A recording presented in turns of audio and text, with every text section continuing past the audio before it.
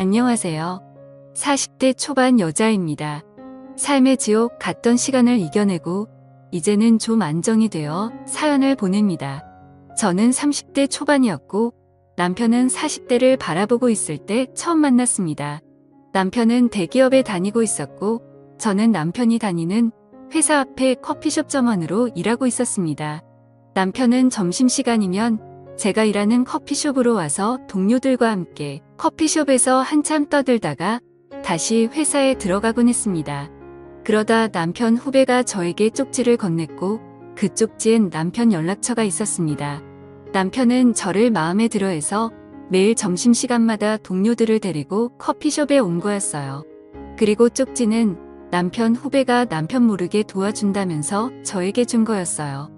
저도 매일 오는 남편을 기억하고 있었고 그렇게 잘생기거나 멋있다고 생각한 적은 없지만 착실해 보이고 책임감 있어 보여서 호감을 느끼고 있었습니다. 남편 후배가 직속 선배인데 정말 괜찮은 사람이에요. 맨날 아가씨 생각하면서 끙끙 앓길래 제가 이렇게 쪽지 드리는 거예요. 제발 사람 살린다는 셈치고 한 번만 연락하시면 안 될까요? 쪽지를 주며 얘기했어요. 저도 매일 보던 남편이었고 싫지만은 않아서 쪽지를 받고 연락드린다고 하며 문자를 보냈습니다. 후배분한테 쪽지 받았습니다. 그런데 저는 당당한 남자가 더 매력적인 것 같아요. 다음부턴 후배분 시키지 말고 직접 얘기해 주시면 좋겠어요. 문자를 보내니 그날 남편은 퇴근하고 바로 저에게 왔습니다. 수연 씨라고 하셨죠? 후배가 시키지도 않은 쪽지를 드렸네요. 하지만 제 마음은 변함이 없습니다. 수연 씨를 좋아하고 있습니다. 이왕 이렇게 된 거 우리 시원하게 연애해보죠. 제가 문자로 당당한 남자가 매력적이라고 해서 그런지 평소 남편답지 않게 과도하게 당당한 모습이었어요. 하지만 그 모습이 믿지만은 않았습니다. 그날 저녁 우리는 함께 밥을 먹으며 사귀는 사이가 되었습니다. 1년 정도 사귄 다음에 우리는 서로 없으면 안 되는 연인 사이가 되었고 결혼하기로 하였습니다. 그런데 친정이 너무 가난했고 제가 버는 돈의 절반을 주고 있었어요. 결혼해서도 제 도움 없이는 살기 힘들었던 친정이기에 남편에게 얘기했습니다. 우리 집 지금 빚이 많아서 내가 매달 돈 보내드리고 있거든. 그런데 결혼하고도 보내드려야 할 것 같아. 이해해 줄 수 있겠어? 저도 남편과 꼭 결혼하고 싶었지만 이 문제로 남편이 싫어한다면 어쩔 수가 없었어요. 평소에 집안 얘기는 서로 잘 안 했습니다. 그러다 진짜 결혼하려고 하니 서로의 마음보다 서로의 집안 문제가 걱정이 되더라고요. 남편은 그런 게 문제라면 걱정 안 해도 돼. 우리 집에는 내가 따로 얘기 안 할 테니까 결혼해서도 친정에는 계속 지금처럼 드려도 돼. 남편이 그렇게 얘기해 주니 정말 고마웠어요. 그리고 남편 집안 얘기를 해주는데 남편 집은 서울 근처 수도권에 땅도 많이 있고 건물도 있어서 얼마 안 되는 돈은 신경도 안 쓴다고 하더라고요. 남편은 씀씀이가 크지 않고 부재중 도련님 같은 스타일이 아니어서 이렇게 잘 살고 있다고 하니 놀랐습니다. 하지만 남편은 부모님께 손 벌리기는 싫다고 하며 자기 혼자 힘으로 성공하고 싶다 했어요. 저도 그런 남편의 생각에 동조했고 남편이 멋있게 느껴졌어요. 시댁에 인사를 드리러 갔어요. 남편의 부모님이 사시는 곳을 처음 가봤습니다. 그냥 잘 산다고만 들었지 정원이 달린 2층 빌라에 살 거라고는 생각 못했어요.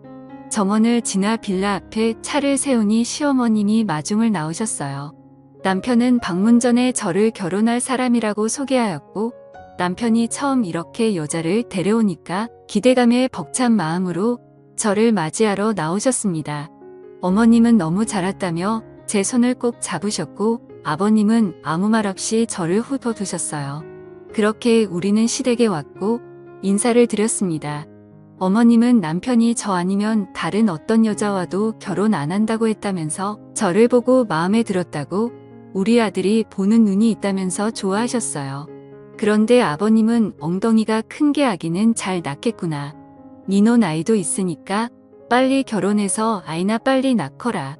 아버님은 이제 70세를 바라보고 계셨는데 고집이 상당하신 것 같았어요. 그렇게 인사가 끝나고 아버님은 어머님께 빨리 밥이나 차려오라며 나무랬어요.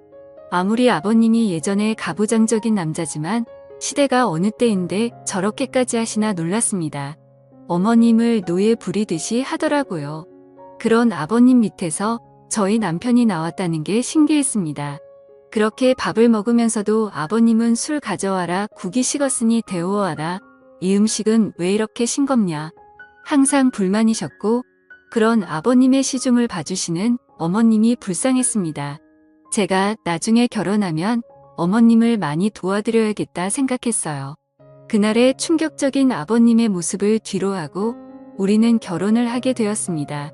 그리고 신혼집은 아버님이 작은 아파트를 사주셔서 거기서 시작하게 되었어요. 그렇게 우리는 행복한 신혼생활을 하였고 얼마 지나지 않아 아이를 가지게 되었습니다.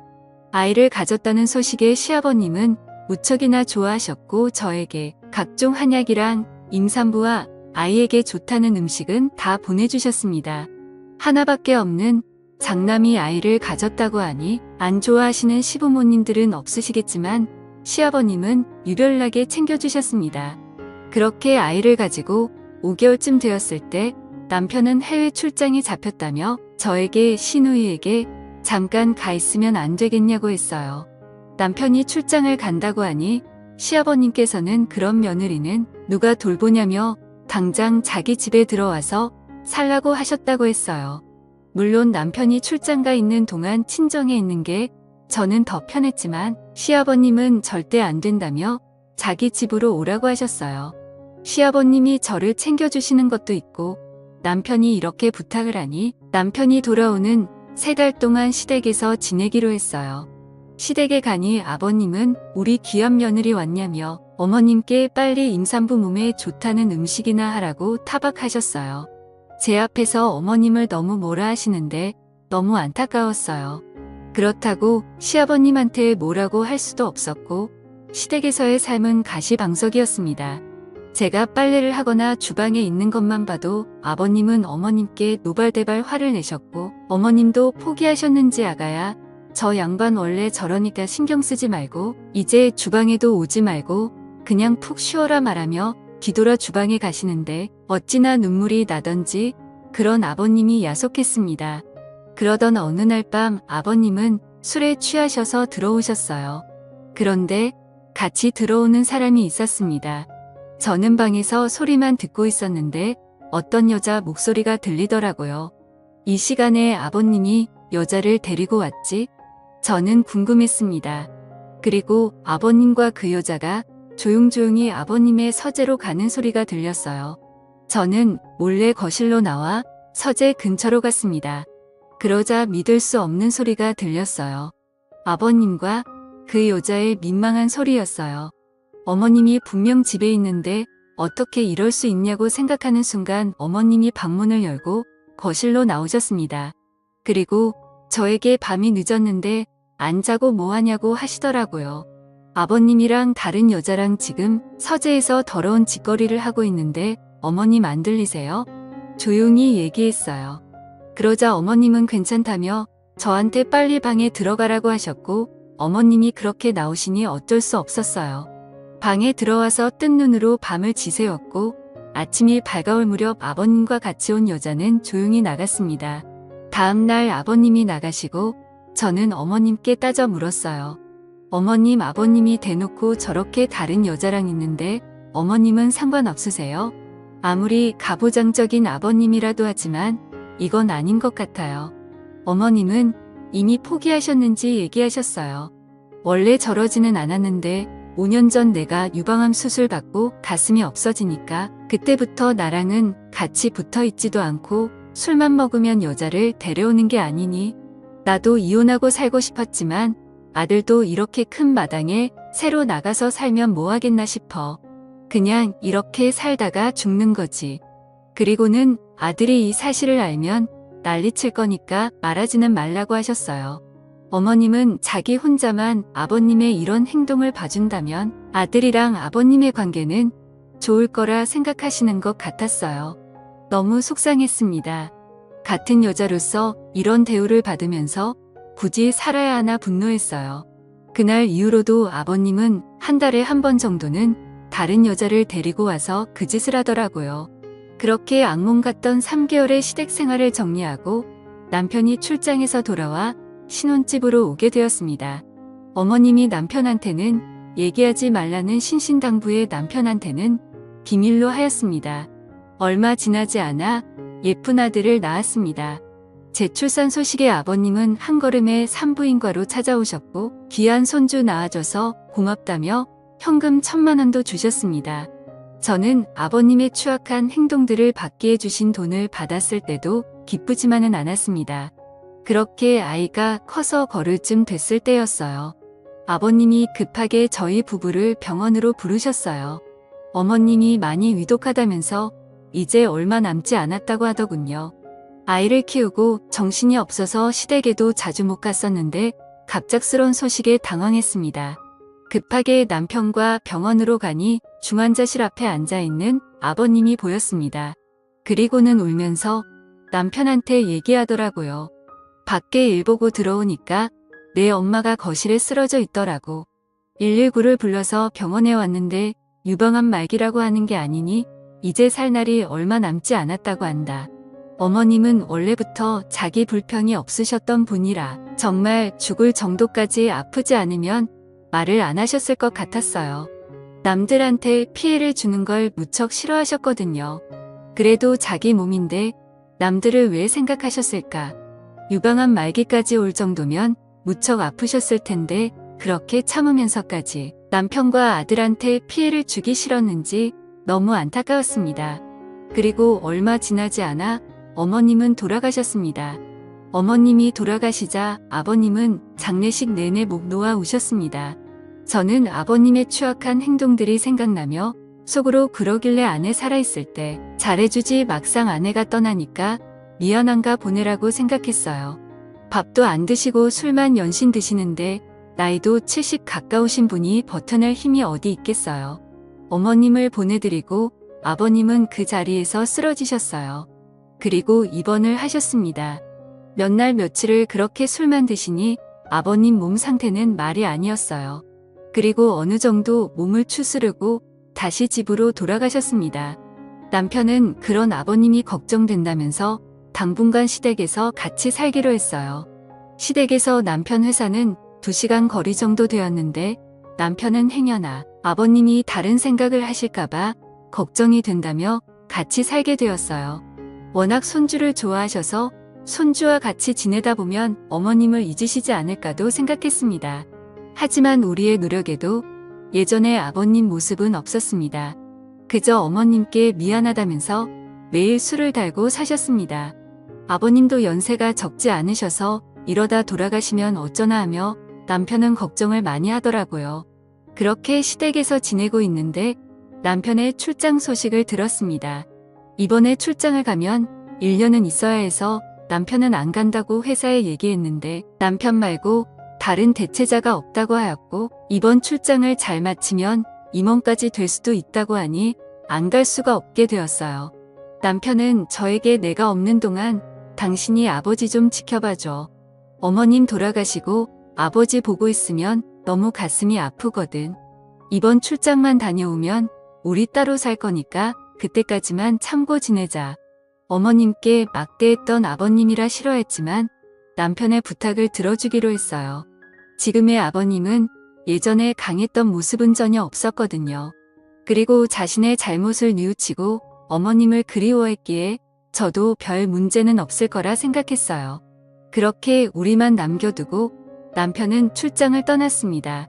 저는 아버님이 예전의 활기찬 모습을 찾을 수 있도록 노력했어요.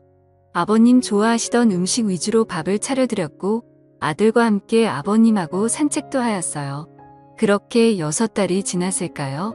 저희와 생활이 익숙해지셨는지 점점 밝아지셨어요. 어느새 어머님을 잃은 슬픈 모습은 사라지셨고 외부 사람들과도 다시 만나기도 했습니다. 아버님은 저와 아들한테 정말 고맙다며 너희들 덕분에 다시 새롭게 시작하고 싶어졌다고 했어요.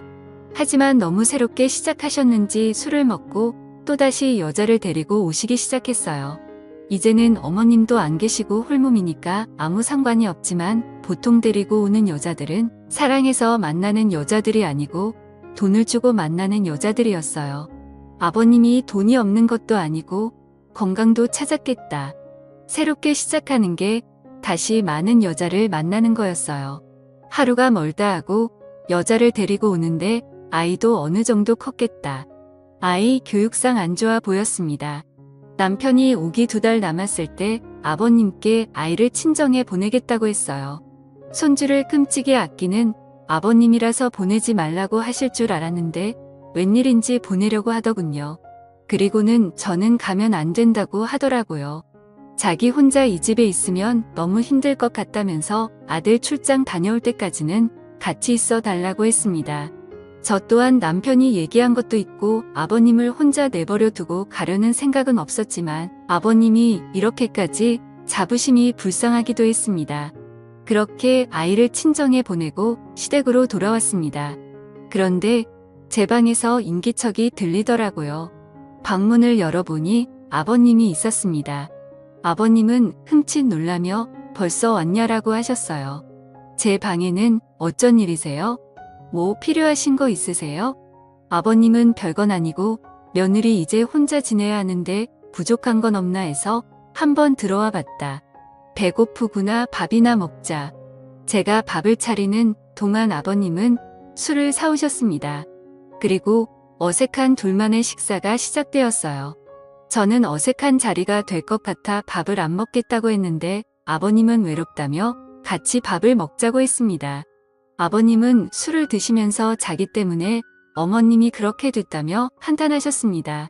저는 며칠 전까지만 해도 아가씨들 데리고 오면서 어머님은 다 잊은 듯한 아버님이었는데 갑자기 이렇게 저한테 어머님 얘기를 하니 어이가 없었어요.